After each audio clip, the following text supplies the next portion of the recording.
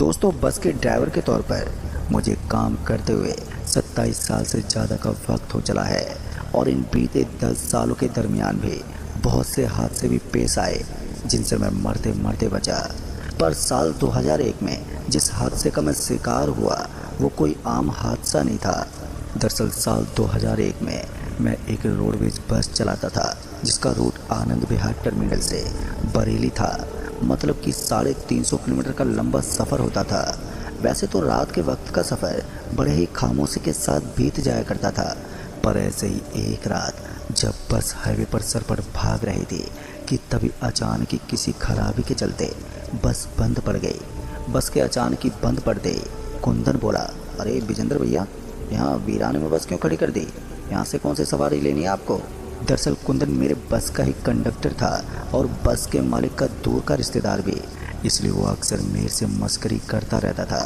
अभी मैं कुंदन को उसके बात का जवाब देता कि तभी एक आदमी बस से नीचे उतरा और पैदल उस हाईवे पर जाने लगा। कुंदन ने उस आदमी को आवाज़ देते हुए कहा भी, यहाँ कहाँ उतर गए महाराज जी, मंजिल अभी बहुत दूर है। पर उस आदमी पर कुंदन की बात का कोई भी असर ही नहीं हुआ और जैसे वो आदमी आंखों से ओझल हुआ तो वैसे ही बस का इंजन अपने आप ही स्टार्ट हो गया। बस के रिस्टार्ट होते ही मैंने भी बस तेज़ी से आगे ली ताकि उस सवारी को फिर से बस में बिठा सकूं, पर वो सवारी मुझे उस हाईवे पर कहीं भी नज़र ही नहीं आई। यहाँ तक कि कुंदन भी इसी सोच में डूबा हुआ था कि आखिर वो सवारी कहाँ चली गई। फिर उस रात का सफ़र बरेली पहुँचने के साथ ही पूरा हो गया और अगले फेरे आने के चक्कर में अभी काफ़ी वक्त था, लिहाजा हमेशा की तरह मैं बस अड्डे पर सो गया। फिर रात के करीबन 11 बजे मैं सवारी लेकर फिर से निकला, पर इस बार बरेली से आनंद विहार टर्मिनल। बस में हमेशा वाली खामोशी पसरी हुई थी। कुंदन मोबाइल की चमचमाती रोशनी में कहीं खोया हुआ था और इसके ठीक उलट मेरी निगाहें उस अंधेरी सड़क पर जमी हुई थी। रास्ता यूं ही बड़े आराम से कट रहा था। फिर जब बस उस जगह पर पहुंची जहां पिछली रात वो सवारी उतरी थी तो ना जाने क्यों एक अजीब सी बेचैनी होने लगी, पर हुआ कुछ भी नहीं। बस नॉर्मली वहाँ से गुजर गई और वहाँ से गुजरते ही वो बेचैनी भी शांत हो गई। बस के आनंद विहार टर्मिनल पहुँचते ही हमारी ड्यूटी भी खत्म हुई और हम अपने कमरे पर लौट आए।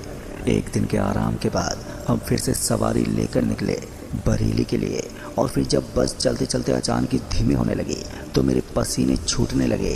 दरअसल बस उस जगह पर पहुंच गई थी जहां उस रोज़ बस ऐसे ही बंद पड़ गई थी और बस के धीमे होते ही मुझे भी एहसास हो चला था कि आज फिर से बस रुकने वाली है।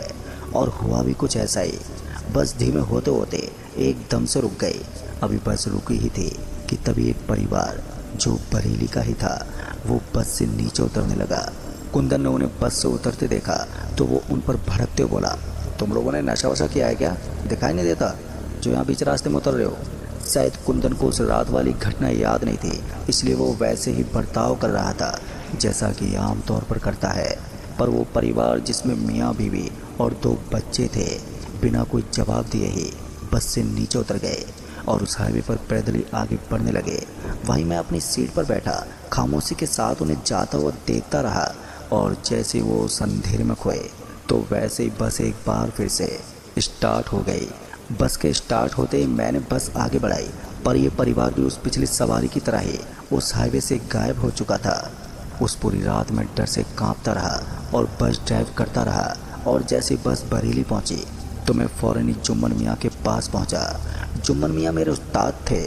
उन्होंने ही मुझे बस चलाने की तालीम दी थी, साथ ही उनको उन चीज़ों का अनुभव था जिसे हम मानने से भी इनकार कर देते हैं। दरअसल एक रात जुम्मन मियाँ मुझे ऐसे ही एक वाक़या का जिक्र फरमा रहे थे जिसमें उनकी बस भी ऐसे ही एक जगह पर हमेशा रुक जाती और फिर कुछ सवारी बस से उतरकर पैदल ही चलने लगती और अंधेरे में कहीं खो जाती। पर मैं उस रात उन्हीं की पूरी कहानी सुनने से पहले ही सो गया था, इसलिए मुझे पता ही नहीं कि आगे क्या हुआ था उनके साथ। पर अब मुझे हर हाल में ये जानना था कि आगे क्या हुआ था। लिहाजा जब मैं बड़ी ही बेचैनी के साथ जुम्मन मियाँ के घर पहुँचा तो पता चला कि वो पिछले कुछ दिनों से अस्पताल में भर्ती हैं। ये मालूम चलते कि वो अस्पताल में भर्ती हैं तो मैं फ़ौरन ही उन्हें देखने अस्पताल पहुंचा जहां वो 7 नंबर बेड पर आंखें बंद किए हुए लेटे हुए थे। उन्हें देखकर ये साफ जाहिर हो रहा था कि उनकी तबीयत कुछ ज़्यादा ही ख़राब है। फिर जब मैंने उन्हें आवाज़ देते बोला, उस्ताद ये क्या हाल बना लिया है आपने? मेरे ये कहते उन्होंने अपनी आंखें खोली और मेरी ओर देखते हुए कहा, आओ, तुम्हारा इंतज़ार कर रहा था मैं। तुम बीते काफ़ी महीनों से मिलने नहीं आए, तो तुम्हारी चिंता होने लगी थी मुझे। और बताओ, सब खैरियत तो है ना? जुम्मन मियाँ के सवाल का जवाब देते हुए मैंने बोला, हाँ, सब आपकी दुआ है, खैरियत ही सब। बस एक सवाल है मेरे जहन में जो मुझे बेचैन किए हुए है। आप इजाज़त दें तो पूछ लूँ? मेरे ये कहते जुम्मन मियाँ ने कहा, हाँ हाँ पूछो।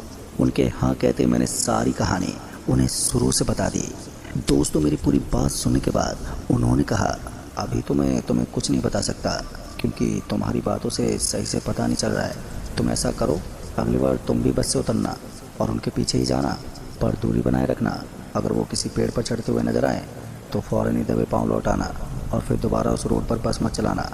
लेकिन पेड़ की जगह वो किसी बस में चढ़ते हुए दिखें तो उस बस के खुलने तक का वेट करना, और बस के खुलते ही बस के ऊपर लदा सामान में से एक सामान नीचे गिरेगा, जिसे लेकर तुम अपनी बस में चले आना और फिर उस सामान के साथ मुझसे मिलना।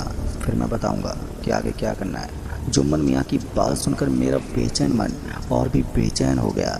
मैं जुम्मन मियाँ के यहाँ से चला आया, पर मैं अभी तक खुद को वो काम करने के लिए राजी नहीं कर पा रहा था जो जुम्मन मियाँ ने करने को कहा था।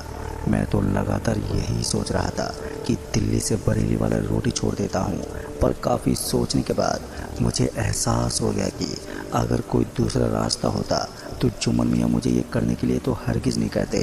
इसलिए मुझे ठीक वैसा ही करना होगा जैसा मेरे से कहा गया था, और मैंने किया भी कुछ ऐसा ही। जब अगली बार आनंद विहार से बरेली आते वक्त बस एक बार फिर से उसी जगह रुकी, तो इस बार मैं तैयार था और बस के रुकते ही मेरी निगाहें बस की गेट की तरफ जम गई। फिर जैसे मैंने कुंदन को बस से उतरते देखा तो मैं चीखते बोला, अरे कुंदन, तू कहाँ जा रहा है? पर कुंदन ने कोई जवाब ही नहीं दिया। वो ठीक दूसरे मुसाफिरों की तरह ही उस हाईवे पर पैदल जाने लगा। वहीं कुंदन को ऐसे जाता देख मैं भी बस से नीचे उतरा और उसे आवाज़ देते हुए उसके पीछे पीछे जाने लगा। अभी मैं बस से उतरकर कुछ ही कदम चला था कि मेरी सांसें फूलने लगी। देखते ही देखते मेरा पूरा शरीर पसीने से तर हो गया, यहाँ तक कि मुझे ऐसा लग रहा था मानो मेरे दोनों पैर पत्थर की तरह सख्त और भारी हो गए हैं। खैर, इन सब परेशानियों के बावजूद मैं कुंदन के पीछे पीछे जाता रहा। मैं कुंदन के पीछे पीछे जा ही रहा था कि तभी कुंदन अचानक ही रुक गया और उसके रुकते ही मैं भी ठहर गया। अभी मैं कुंदन के पीछे खड़ा यही सोच रहा था कि अब क्या होने वाला है। तभी कुंदन पीछे पलटा और कुंदन के पीछे पलटते ही जब मैंने उसका चेहरा देखा तो उसका चेहरा देखते मेरी चीख निकल गई।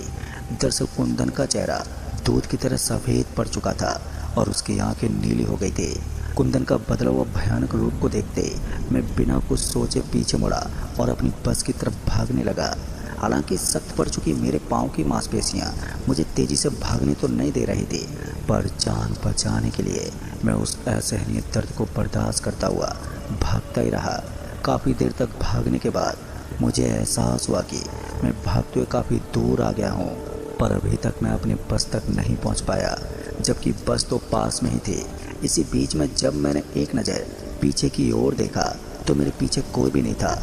मेरी सांसें भी अब तक काफ़ी चढ़ चुकी थी, तो ऐसे में वहीं अपना माथा पकड़कर मैं नीचे बैठ गया और अपनी किस्मत को कोसने लगा। कुछ देर तक अपने आप पर झल्लाने के बाद जब मेरा दिमाग थोड़ा शांत हुआ तो मैंने अपने आप को समझाया कि अभी ऐसे बदहवास होने से इस मुसीबत से छुटकारा नहीं मिलेगा। लिहाजन मैं उस हाईवे पर सीधे चलता रहा, ये सोच कर कि आगे किसी तरह से कोई मदद मिल ही जाएगी। पर काफ़ी चलने के बाद भी कोई मदद तो नहीं मिली, पर मेरी बस नज़र आ गई। बस के दिखते ही मैं अपनी बस की तरफ दौड़ा और बस में चढ़ गया। बस में चढ़ने के बाद मुझे एहसास हुआ कि जिस बस को मैं अपना बस समझकर चढ़ गया हूँ, असल में वो बस मेरी तो है ही नहीं। दरअसल जब मैं उस बस में चढ़ा तो मैंने देखा कि बस के सारे मुसाफिर बदले हुए हैं। ये वो मुसाफिर नहीं थे जो मेरी बस में बैठे हुए थे।